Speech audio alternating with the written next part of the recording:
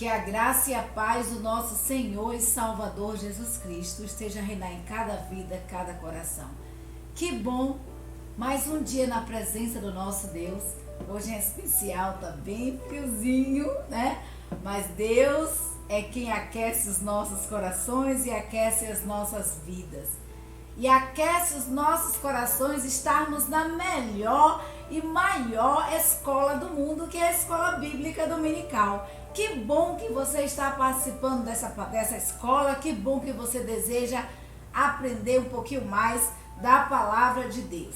Então, que Deus nos abençoe, um abraço todo especial à Igreja Batista ali em Itamaraty, a Igreja Batista Sinai de Almadina. Olha essa plaquinha linda e maravilhosa aqui, a Igreja de Presente para o pastor, do dia do pastor, e eu tô pegando de ousada.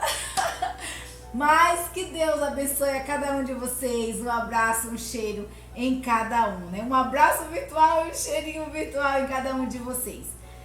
Hoje nós estaremos estudando, né? Nós estamos estudando as cartas paulinas. Hoje nós vamos estudar o capítulo 1 e o capítulo 2 da carta de Paulo à igreja em Éfeso, aos Efésios, né? E estamos estudando a revista Compromisso, editora Convicção. A revista Compromisso é a revista do cristão, né? Do adulto do cristão, da Escola Bíblica Dominical. Vamos curvar nossas cabeças? Vamos orar um pouquinho ao nosso Deus? Soberano Deus, Pai amado, glorificado Senhor, exaltado Senhor, seja o teu nome sobre toda a face da terra. Muito obrigado a Deus pela noite que tu nos deste em paz, pela tua presença em nossas vidas, pelo teu cuidado, pelo teu agir e por tu nos teres despertado para mais um dia, ó Deus. Nesse instante, ó Pai, nós te pedimos que tu estejas, ó Pai, a usar-nos como instrumento nas tuas santas mãos e que eu não venha a falar nada de mim mesma, mas unicamente usada por ti. Em nome de Jesus, ó Pai, abre, Senhor, as nossas mentes, o nosso entendimento, para que possamos aprender cada vez mais da Tua palavra, Senhor. É o que nós te pedimos, não porque sejamos dignos ou merecedores, mas te pedimos em nome do Teu Filho amado, Jesus Cristo. Amém. Como nós falamos, nós vamos estudar o capítulo 1 e 2 da carta de Paulo aos Efésios, né? Éfeso era uma cidade muito importante, era o mais importante centro comercial da Ásia Menor, hoje conhecido como a moderna Turquia. Ali existiam rotas comerciais regionais que se estabeleceram ali e a cidade possuía um excelente porto. Nós falamos logo no princípio, né? Falando sobre Paulo, nós falamos que Paulo ele tinha uma estratégia de se colocar nas grandes cidades e aí o evangelho fluir, né, para as cidades menores. Então Paulo ele vai ali na segunda viagem que ele faz, né? Ele passa ali por Éfeso, deixa para fazer a obra ali em Éfeso, para continuar a obra missionária Priscila e Áquila, que estão ali, foram um casal que se converteram ao Senhor Jesus Cristo. Éfeso também era conhecida pelo seu magnífico templo da deusa grega Artemis, conhecida pelos gregos, né, pelos romanos, como a deusa Diana, né? A carta de Paulo aos Efésios, ela difere um pouquinho das outras cartas que Paulo escreveu às outras igrejas. E difere por quê? Porque nessa carta, Paulo não trata de um problema específico da igreja, ou de corrigir os erros específicos e ensinos de falsos profetas. Não, Paulo primeiramente ele escreve a igreja para quê? Ele dá ali no primeiro capítulo 1, ele proclama, né? Ele proclamou os recursos espirituais que os novos crentes haviam recebido em Cristo Jesus e qual o propósito da igreja ao ser agraciada por Deus com estes recursos. E qual é o propósito da igreja? Louvar e glorificar o nome do Senhor. Então, Paulo, no capítulo 1, ele apresenta isso aí. Em seguida, no capítulo 2,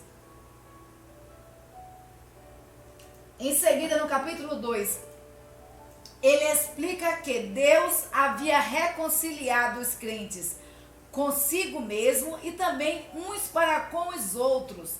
Então, nós somos membros do corpo de Cristo, somos um só corpo em Cristo Jesus. E aí, No capítulo 4 ao capítulo 6, ele vai exortar os crentes a se apoderarem dessa unidade, né? A se apoderarem dos recursos, desses recursos espirituais para viverem uma vida de unidade crescente, uns para com os outros, em comunhão com a igreja, em comunhão na família e na arena da batalha espiritual. Então a carta à igreja de Éfeso, aos irmãos ali, né, aos Efésios, ela difere um pouquinho das outras cartas. Qual o título da lição de hoje? Os aspectos essenciais da doutrina da salvação, que é o que Paulo fala no capítulo 1 e 2 do livro de Atos. Então nós vamos, qual o objetivo? Compreender que não há escape para a vida do homem sem Jesus e sem salvação. Qual o objetivo de nós estudarmos o capítulo 1 e 2 de Atos? Compreender que não há escape na vida do homem sem Jesus e sem salvação. Qual o fazer? Descrever os aspectos essenciais da doutrina da salvação. E o segundo fazer é agradecer a Deus a salvação dada por Cristo Jesus. Que sejamos a todo momento gratos a Deus por tão grandiosa salvação que Ele nos concedeu através de Cristo Jesus e unicamente por Cristo Jesus. Então o textual da nossa lição está compreendido em Efésios 2, versículo 8 e 9, que diz assim: porque pela graça sois salvos, por meio da fé. Isto não vem de vós, é dom de Deus. Não vem das obras para que ninguém se glorie. Então é pela graça que nós somos salvos. Não vem de nós, queridos, é um dom de Deus. Não vem das nossas obras, das nossas ações, dos nossos próprios méritos, para que não venhamos a nos gloriar futuramente e dizer que fomos salvos por nós mesmos. Para que não venhamos a nos orgulhar, a nos sentirmos soberbos. Mas a Bíblia nos diz que foi pela graça. E o que é graça? Favor imerecido, né? Então a graça é um favor imerecido que Deus fez a mim e a você, concedendo o seu Filho amado a morrer na cruz no meu lugar e no seu lugar, para que hoje eu e você tivéssemos a vida eterna. Então, a salvação é um presente de Deus. Você não paga um presente.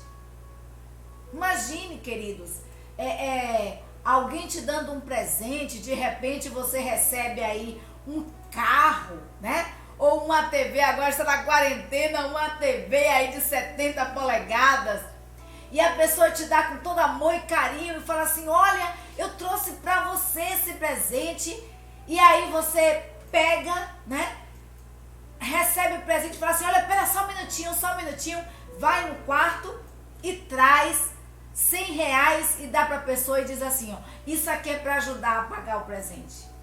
Como você acha que essa pessoa se sentiria? Independente do valor que você desse, se 5 mil, se 3 mil reais, se R$1.000, como essa pessoa se sentiria ao te dar um presente e você querer pagar este presente? A mesma coisa, você imagina como Deus se sente quando a Bíblia nos diz que Ele olhou para a terra e não viu um justo sequer, e Ele enviou o seu único filho para morrer na cruz por mim e por você, e de repente eu e você, qualquer um de nós, levanta a voz e diz: sou autossuficiente. As minhas obras, as minhas ações pagarão a minha entrada no céu. Como você acha que Deus se sentiria?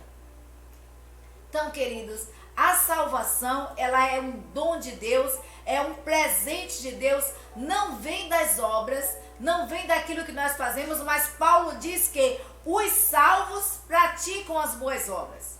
As boas obras não salvam, mas os salvos, os remidos e lavados por Cristo Jesus, são compelidos pelo Espírito Santo de Deus a praticar as boas obras, né? Então ela não vem das obras para que ninguém se glorie. A graça de Deus, ela restaura o homem para o louvor e para a glória de Deus. É isso que Paulo diz aqui no capítulo 1. Capítulo 1 de Efésios 1, versículo 6 diz assim: e nos predestinou, versículos 5 e 6, e nos predestinou para filhos de adoção por Jesus Cristo para si mesmo, segundo o beneplácito da sua vontade, e para o louvor da sua graça, pela qual nos fez agradáveis a si no amado. Foi pela graça, para o louvor de sua graça, para o louvor do seu nome. Deus nos fez agradáveis a si mesmo, através do seu amado. E quem é no amado, e quem é esse amado do Senhor? O seu filho, né? Então, é isso que a Bíblia nos diz, que Deus restaura o homem para o louvor da sua glória, para o louvor e para o engrandecimento do reino de Deus. Por causa da natureza, preço e eficácia da nossa redenção, é que nós temos a redenção pelo sacrifício de Jesus na cruz, com o objetivo de recebermos a remissão dos nossos pecados, porque a graça de Deus é grande e faz parte de seu tesouro. A graça de Deus não tem fim. As misericórdias do Senhor, a Bíblia nos diz que elas se renovam a cada manhã e elas são a causa de não sermos consumidos. Então, foi através do preço alto pago por Jesus Cristo na cruz do Calvário. Qual foi a natureza, a morte de Cristo na cruz do Calvário? O preço foi o sangue de Cristo derramado no seu lugar e no meu lugar, para que através do sangue de Cristo nós tivéssemos a redenção. A Bíblia nos diz que Cristo se fez o Cordeiro de Deus. Antes era necessário que, de acordo com o pecado, você ia ali ao sacerdote, o sacerdote estipulava, né, se 10 rolinhas, se um cordeiro, qual bicho seria imolado e o sangue derramado para a remissão daquele pecado. A remissão do pecado vem através do derramamento de sangue, e Jesus Cristo fez isso por mim e por você uma única vez. Ele se tornou o Cordeiro de Deus, que tira o pecado do mundo. Então essa redenção, através do sacrifício de Jesus na cruz do Calvário, é eficaz. Não é necessário mais nada para complementá-la. E isso veio até nós, nos dando a remissão dos nossos pecados, porque a graça de Deus, ela é imensa. A graça de Deus, ela é grande e ela faz parte da natureza de Deus, desse tesouro de Deus. Então, Deus nos predestinou, né? Deus nos predestinou com o propósito de louvar a vida, né? De louvarmos através da nossa vida o seu nome e glorificarmos o seu nome. Nós temos, queridos, para discutir aqui, nós temos a mais importante e real segurança da nossa fé. Por que a mais importante e real segurança? Porque, como nós falamos, o sacrifício de Jesus, ele foi único e suficiente para que eu e você tivéssemos acesso a Deus. A Bíblia nos diz que quando o Jesus Cristo expirou ali na cruz do Calvário, ele levou sobre si todos os nossos pecados, todas as nossas dores, e o castigo que nos traz a paz estava sobre Jesus. E a Bíblia nos diz que o véu do templo se rasgou, e nós já falamos isso aqui, né? Que 2 bois não seriam suficientemente fortes para rasgar o véu do templo. E o véu do templo se rasgou, nos dando acesso ao Santo dos Santos, nos dando acesso à presença de Deus. Então, através do sangue de Jesus Cristo, nós nascemos de novo. Nós morremos para o mundo e nascemos para Deus. Dizemos como Paulo, já estou crucificado com Cristo. E agora não vivo mais eu, mas Cristo vive em mim. E a vida que agora vivo na carne, vivo-a pela fé no Filho de Deus. Nós estudamos isso, né, em Gálatas. E aí, o que acontece? Esse novo nascimento, ele tem um propósito bem definido, claro e inquestionável. Qual é o propósito do nosso novo nascimento? Louvor e glória de Deus. Nós nascemos de novo para o louvor e glória de Deus. Tudo o que você faz converge para a glória de Deus? Deus tem sido, querido, minha querida, glorificado através das suas ações, através da sua vida, através das suas palavras, através dos locais em que você anda adentrando. Deus tem sido glorificado em todo momento, em toda instância da sua vida. Pare para pensar um pouquinho. A sua vida reflete a glória de Deus? A gente vai ver, nós falamos isso também, quando Moisés estava no monte, né, escrevendo ali as tábuas da lei, aquele momento de Moisés e Deus, aquela comunhão entre Moisés e Deus, a glória de Deus. Quando Moisés desce do monte, o povo viu a glória de Deus resplandecendo na face de Moisés. E a Bíblia nos diz que Moisés teve que cobrir o seu rosto, né? Porque quando as pessoas viam o seu rosto, via o rosto reluzente, brilhante. Quando as pessoas olham para você, o que as pessoas veem? Quando as pessoas olham para você, o que as pessoas veem? É possível ver Cristo Jesus na sua vida? É possível ver a presença do Espírito Santo de Deus em você? Tudo o que você faz converge para a glória de Deus? Como estão as suas publicações no Facebook? Como anda, meu querido, minha querida, as mensagens que você envia via celular, via WhatsApp? Como está a sua vida? Como estão os seus dedos, os seus pezinhos? Como eles andam passeando? Como está a sua língua? Tudo o que você faz converge para a glória de Deus? E aí, a gente vê aqui que no capítulo 2, Paulo fala que a graça de Deus, que é o segundo tópico, né, que nós vamos falar aqui agora, que a graça de Deus, ela restaura o homem, vivificando em Cristo Jesus. A Bíblia nos diz que nós estávamos mortos no pecado, separados de Deus, longe da presença de Deus. A Bíblia nos diz em Efésios 2, versículo 1, diz assim: e vos vivificou, porque vocês estavam mortos em ofensas e pecados.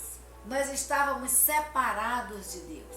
A Bíblia nos diz que Deus olhou para a terra e não viu um justo sequer.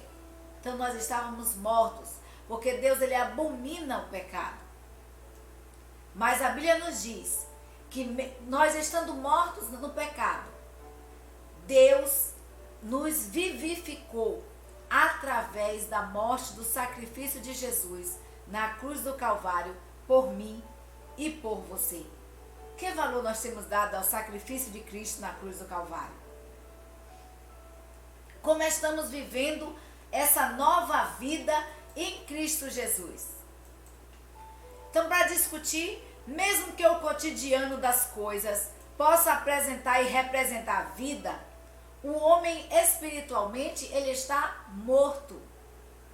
Mesmo que aí até um paradoxo, como eu posso dizer que estou morta se eu falo, se eu ando, se eu como, se eu durmo? Mas nós estávamos mortos em nossos pecados, em nossos delitos, vivenciando a vontade da carne. Estávamos separados de Deus. Então, mesmo que a vida ela possa apresentar e representar que nós estamos vivos, nós estávamos mortos espiritualmente falando. Mas através do sangue de Cristo Jesus nós fomos restaurados, nós fomos vivificados para uma nova vida. E a Bíblia nos diz que as coisas velhas já passaram, e eis que tudo se fez novo. Mas até hoje, o pecado ele continua a fazer estragos na vida pessoal e, consequentemente, na sociedade. Queridos, Cristo nos deu vida. Nós fomos vivificados por Cristo Jesus. Para que o fruto do Espírito Santo venha a resplandecer em nossas vidas. Para que o brilho do Espírito Santo venha a resplandecer em nossas vidas. Então nós devemos morrer para o pecado, morrer para o mundo e nascer para Deus. Por mais bonito, agradável, belo e prazeroso que se apresente o pecado, pecado é pecado. E ele faz a separação entre o homem e Deus. Ele nos leva a um caminho diferente. E Deus nos vivificou através de Cristo Jesus para que tivéssemos a vida eterna. Para que estivéssemos ao lado do Pai. A graça de Deus nos elegeu em Cristo Jesus para a salvação, para a vida eterna. Nós fomos vivificados para termos a vida eterna, para morarmos ao lado do Pai. Em Efésios 1:4 diz assim: como também nos elegeu nele antes da fundação do mundo, para que fôssemos santos e irrepreensíveis diante dele em amor. Diante dele em amor.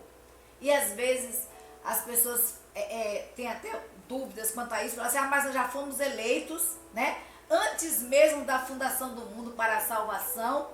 Então, Deus já sabe quem vai ser salvo, quem não vai ser salvo, quem vai ter a vida eterna, quem vai gozar a vida eterna ao seu lado e quem não vai gozar a vida eterna ao seu lado.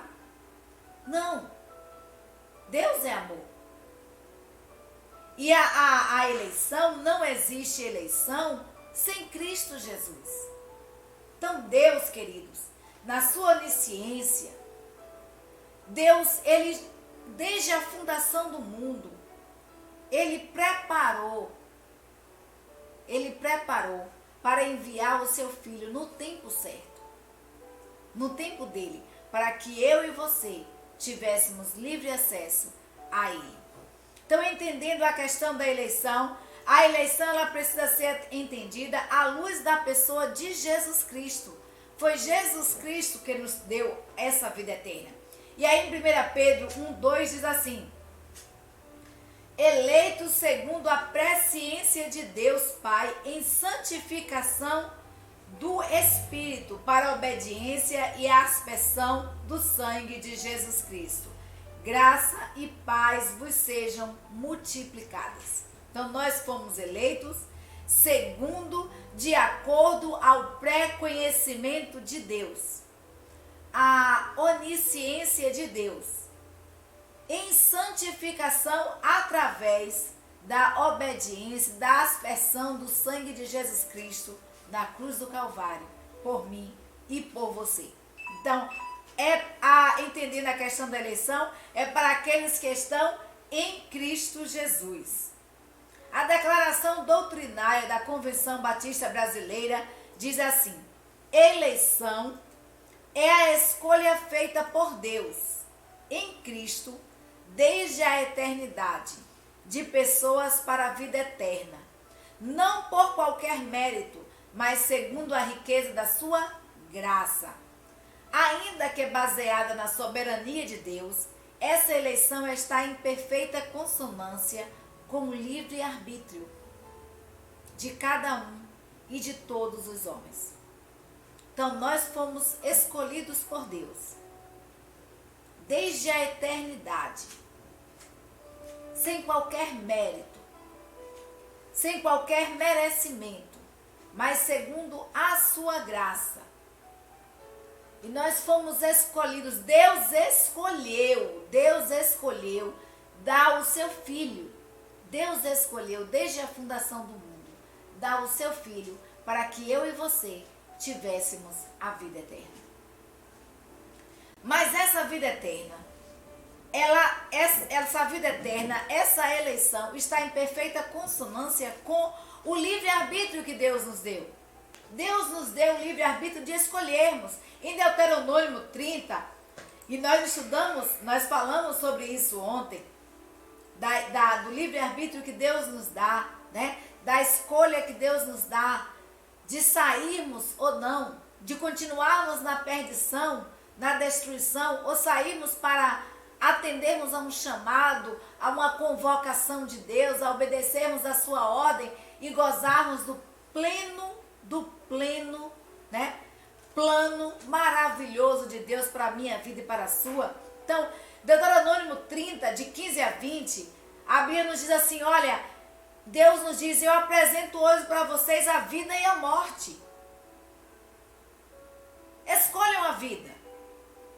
Escolham a vida. Eu apresento para você a vida e a morte. Então, Deuteronômio vai nos apresentando aqui, né? E ele diz, olha, eu te ordeno que ames ao Senhor teu Deus, que andes nos seus caminhos, que guardes seus mandamentos, seus estatutos, seus juízos, para que vivas e te multipliques, e o Senhor Deus te abençoe na terra, a qual entras a possuir. Porém, se o teu coração se desviar e não quiseres dar ouvido, e fores seduzidos para te inclinar a outros deuses, e os servires, eu vos declaro hoje que certamente perecereis.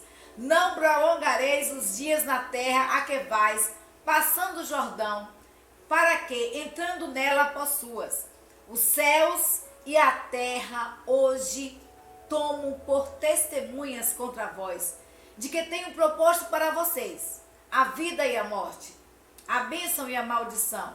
Escolhe, pois, a vida para que vivas, tu e a tua descendência, né? E aí, amando ao Senhor teu Deus, dando ouvidos à sua voz, achegando-se a Ele, pois Ele é a tua vida e o prolongamento dos teus dias, para que fiques na terra que o Senhor jurou a teus pais, Abraão, a Isaque e a Jacó, que lhes daria. Então, Deus, queridos, Deus, a predestinação de Deus, ela está de acordo com o livre arbítrio que Ele nos deu. Deus nos amou. A Bíblia nos diz que Deus nos amou primeiro e que deu o seu único filho por nós. E aí, João 15 diz assim, olha, não me escolhestes vocês a mim, mas eu vos escolhi e vos nomeei para que vardes e deis fruto. Que fruto é esse? O fruto do Espírito Santo. E esse fruto ele permaneça, a fim de tudo quanto pedides no meu nome, ao Pai ele vos conceda. Quem disse isso? Jesus. E aí em Romanos 8, de 35 a 39, Paulo fala, olha, quem nos separará do amor de Deus? A tribulação, ou a angústia, ou a perseguição, ou a fome, ou a nudez, ou o perigo, ou a espada? Porque está escrito, por amor de ti, somos entregues à morte todo dia. Somos reputados como ovelha para o matadouro. Mas em todas as coisas nós somos mais que vencedores por aquele que nos amou. Porque estou certo de que nem a morte, nem a vida, nem os anjos, nem os principados, nem as potestades, nem o presente, nem o porvir, nem a altura, nem a profundidade, nem nenhuma outra criatura nos poderá separar do amor de Deus que está em Cristo Jesus. Nada, ninguém poderá nos separar do amor de Deus que está em Cristo Jesus. Então, para nós discutirmos, livre-arbítrio não é contrário à graça de Deus. O que é a graça de Deus? Favor imerecido. Deus, qual foi o favor que Deus fez a mim e a você? Qual foi o presente que Deus nos deu? A vida eterna. Qual foi o favor imerecido? Cristo morreu na cruz por mim e por você, para que eu e você tivéssemos acesso a Deus. Mas esse livre-arbítrio não é contrário, né? A graça não é contrária ao livre-arbítrio, nem o livre-arbítrio contrário à graça. Nós não merecemos, mas Deus nos enviou o seu Filho para que eu e você tivéssemos a vida eterna. Mas Deus nos dá o presente. Recebê-lo cabe a mim e a você. Você pode me dar um presente e eu simplesmente não querer receber esse presente. Eu tenho um livre-arbítrio de escolha. Deus nos deu a vida eterna. Deus nos vivificou, estando nós mortos em nossos pecados e nossos deleites. E nós temos o livre-arbítrio de escolhermos aceitar esta vida eterna por Cristo Jesus ou não. Então, a graça de Deus se tornou eficaz por meio da redenção pelo sangue de Jesus Cristo. E é isso que Paulo nos diz aqui no versículo 13 do capítulo 2 do livro de Efésios. Ele diz assim: mas agora em Cristo Jesus, vós que estáveis longe, afastados da presença de Deus, já pelo sangue de Cristo, Deus vos achegou a Ele. Deus vos aproximou. Então é isso que Efésios diz aqui no capítulo 2, versículo 3. Mas agora em Cristo Jesus, vós que estáveis longe, já pelo pecado de Cristo, chegastes perto. Então, mas agora é um contraste entre a nova vida e a velha vida. Na velha vida nós estávamos mortos no pecado. Mas agora que nós fomos vivificados por Cristo Jesus, e em Cristo Jesus, então ele já explica aqui, né? Mas agora, em Cristo Jesus, ou seja, Jesus Cristo, ele desfez tudo de mal que havia em nossa vida de forma condenatória por conta do nosso pecado. A Bíblia nos diz que o pecado que cometemos, ele pode ser vermelho como escarlate, que o sangue de Cristo torna mais alvo que a neve. O sacrifício de Jesus Cristo na cruz do Calvário, ele é suficiente para a minha redenção e para a sua redenção. Como nós falamos, nada mais é necessário. E Cristo, ele desfez tudo na cruz do Calvário. Ele levou todo o mal sobre si na cruz do Calvário. Todo o mal Cristo levou sobre si. Então Paulo diz: agora, porque vocês estavam na velha vida, vocês estavam mortificados no pecado, mas agora na nova vida, e essa nova vida através de quem? Em Cristo Jesus, o qual desfez todo o pecado, viestes para perto de Cristo. Então, a graça de Deus fez com que o sangue de Jesus derramado fosse eficiente e eficaz. A graça de Deus fez com que o sangue de Jesus Cristo derramado na cruz do Calvário, por mim e por você, fosse eficiente e eficaz. Então, por maior que tenha sido o nosso pecado, por mais infame que tenha sido a vida humana, a graça de Deus disponível pela fé, que é o versículo do nosso texto áureo, que é o texto que nós devemos carregar para as nossas vidas. Pela graça sois salvos por meio da fé. Fé em quem? Em Cristo Jesus, né? Então, pela graça sois salvos por meio da fé. Isto não vem de vós, é dom de Deus. Não vem das obras para que ninguém se glorie. Então, por maior que tenha sido nosso pecado, por mais infame que tenha sido a vida humana, a graça de Deus disponível pela fé é enorme e capaz de cobrir todo e qualquer tamanho de pecado. A graça de Deus, o favor imerecido de Deus, é suficiente para cobrir todo e qualquer pecado. Então, a graça de Deus nos coloca, queridos, agora na condição de família de Deus. Então Paulo diz, olha, vocês que estavam longe, vocês foram achegados, né? Vocês agora chegaram para perto através do sangue de Cristo na cruz do Calvário. Lembra que eu disse que quando Jesus Cristo morreu na cruz do Calvário, o véu do templo se rasgou, dando livre acesso ao Santo dos Santos. O Santo dos Santos simbolizava a presença de Deus, o local da presença de Deus, a casa de Deus. Então, nós temos esse livre acesso agora. Esse livre acesso que só era disponível ao sacerdote.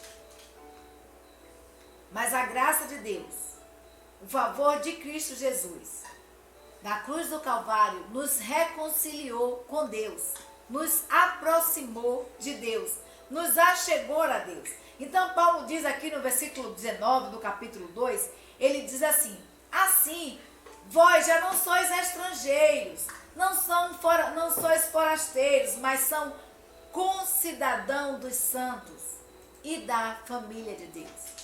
Nós não somos mais estrangeiros, porque nós fomos reconciliados, nos tornamos concidadãos, adquirimos os direitos e deveres de cidadão, cidadão dos céus, cidadão dos santos, cidadãos escolhidos de Deus, membros da família de Deus. A salvação nos colocou na condição de filhos. Nos deu, como cidadão, direitos de herdeiros de Deus, como filhos de Deus, herdeiros da promessa de Deus. Então, a família de Deus, ela é composta de quê? Pelos filhos que ele adotou por meio de Jesus Cristo. Porque nós estávamos longe do pecado e através do sangue de Jesus Cristo na cruz do Calvário nós fomos reconciliados por Deus. Deixamos de ser criatura e passamos a ser filhos de Deus, filhos por adoção. Então essa família de Deus, ela é composta pelos filhos de Deus que ele adotou por meio de Jesus Cristo. Jesus Cristo é o primogênito, o primeiro dentre muitos irmãos, que somos nós. Por isso que nós nos chamamos de irmãos. Olha irmã, olha irmão, né? E essa família de Deus, ela é composta por um pai perfeito, um pai sem falhas, um pai amoroso. O nosso Deus ama a todos os filhos da mesma forma, da mesma medida. Deus nos ama por igual. Deus não escolheu para quem enviar o seu filho, mas ele escolheu enviar o seu filho para que todo aquele que nele crê não pereça, mas tenha a vida eterna. É isso que a Bíblia nos diz, que Deus enviou o seu filho ao mundo, para que todo aquele que nele crê não pereça, mas tenha a vida eterna. Deus nos ama da mesma forma. Deus quer o melhor para a minha vida e para a sua vida. E não há, queridos, não há divisão nem acepção de pessoas. Na família de Deus, todos nós somos iguais. Não existe melhor, não existe maior, não existe mais importante ou menos importante. Nós fazemos parte de uma família. Nós fazemos parte de um corpo. E que corpo é esse? O corpo de Cristo. E nós somos membros desse corpo. E todo membro do corpo tem funções diferentes, mas tem a mesma importância para o corpo. Todos são importantes, são essenciais. E quando um membro do corpo padece, todo o corpo padece junto. Eu citando aqui outro falando a respeito de sapato, que é difícil comprar sapato, que a gente fica procurando, que se apertar um pouquinho no meu pé. Se o sapato aperta um pouquinho, você já teve febre por causa de sapato apertado? Eu já. Sapato novo é terrível. Por experiência própria, nunca saia para demorar muito tempo na rua usando um sapato novo. A não ser que esse sapato seja extremamente confortável, né? Mas o que apertou foi o pé. E porque o meu corpo sentiu. Porque o meu corpo ficou cansado. Porque o meu corpo teve febre. Porque o meu pé estava sendo machucado. Então nós temos, querido, em Cristo Jesus, unidade. Não há divisão. Não há acepção de pessoas.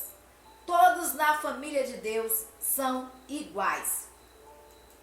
E para terminar, nós estudamos hoje os aspectos essenciais da doutrina da salvação, que foi o capítulo 1 e 2 do livro de Efésios. Qual foi o assunto? A graça de Deus nos elegeu em Cristo Jesus para a salvação.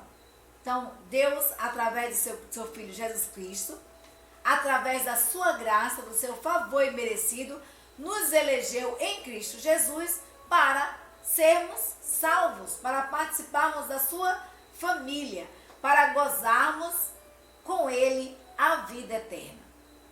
E qual o desafio? Qual o desafio para nós? Com base em Efésios 1 e 2, fazer um mapa do plano de salvação. O desafio para você nessa semana, que eu lanço para você é, com base em Efésios 1 e 2, qual o plano de salvação de Deus? Faça um mapa do plano de salvação de Deus. Como viver os aspectos essenciais da salvação? Queridos, como viver esses aspectos essenciais da salvação? Decida viver para a glória e louvor de Deus. Tudo o que fizer, faça convergindo para a glória de Deus. É só imaginar assim. O que eu estou fazendo, Cristo faria? O que eu estou lendo, Cristo leria? As mensagens que eu estou enviando para os meus amigos ou não, através das redes sociais, Facebook, Instagram, WhatsApp e outros aplicativos, tem glorificado o nome de Deus? Tem exaltado o nome de Deus? Cristo enviaria essas mensagens, faria o que eu estou fazendo? É só pensar nisso, porque se o Espírito Santo de Deus habita em mim e em você, então quer dizer que o Espírito de Deus está em nós. E ele está presente também, deve estar presente em nossas ações. E deve refletir em nossas vidas. Então não permita. Decida mesmo a não viver mais para o pecado. Diga não ao pecado, porque nós fomos vivificados e nós fomos comprados por um alto preço. Nós fomos comprados com preço de sangue, o sangue de Jesus Cristo, o Cordeiro Imaculado de Deus. Jamais, queridos, e por fim, jamais se ensoberbeça por fazer parte da família de Deus. Lembre-se sempre que foi pela graça. Você não é melhor que ninguém. Não queira fazer como aquele fariseu que orou ao Senhor e disse: ó Deus, graças te dou, porque não sou como aquele publicano, mas eu dou dízimo de tudo que tenho, e assim eu faço isso, faço aquilo. Não se ensoberbeça, é pela graça que nós fomos salvos. Não tínhamos merecimento algum. Nós fomos salvos pelo sangue de Jesus Cristo na cruz do Calvário. Mas essa salvação, essa graça, esse presente que Deus nos deu da vida eterna, nos faz amar o nosso semelhante e nos faz praticar as boas obras. Então não se ensoberbeça, não se ache melhor que ninguém. Nós somos iguais no reino de Deus e nós fomos salvos pela graça. Não porque você fala bem, não porque você prega bem ou porque você canta bem, não porque você pratica as boas obras, não porque você costuma ofertar, não porque o seu dízimo é X.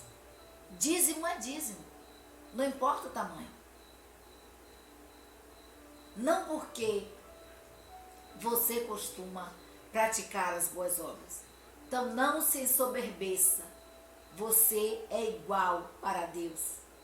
E o preço que você foi comprado foi o mesmo preço que eu fui comprado. Foi um alto preço, o sangue de Cristo na cruz do Calvário. Esse foi o preço para que eu e você fizéssemos parte da família de Deus. Para que eu e você fôssemos herdeiros de Deus e tivéssemos a vida eterna.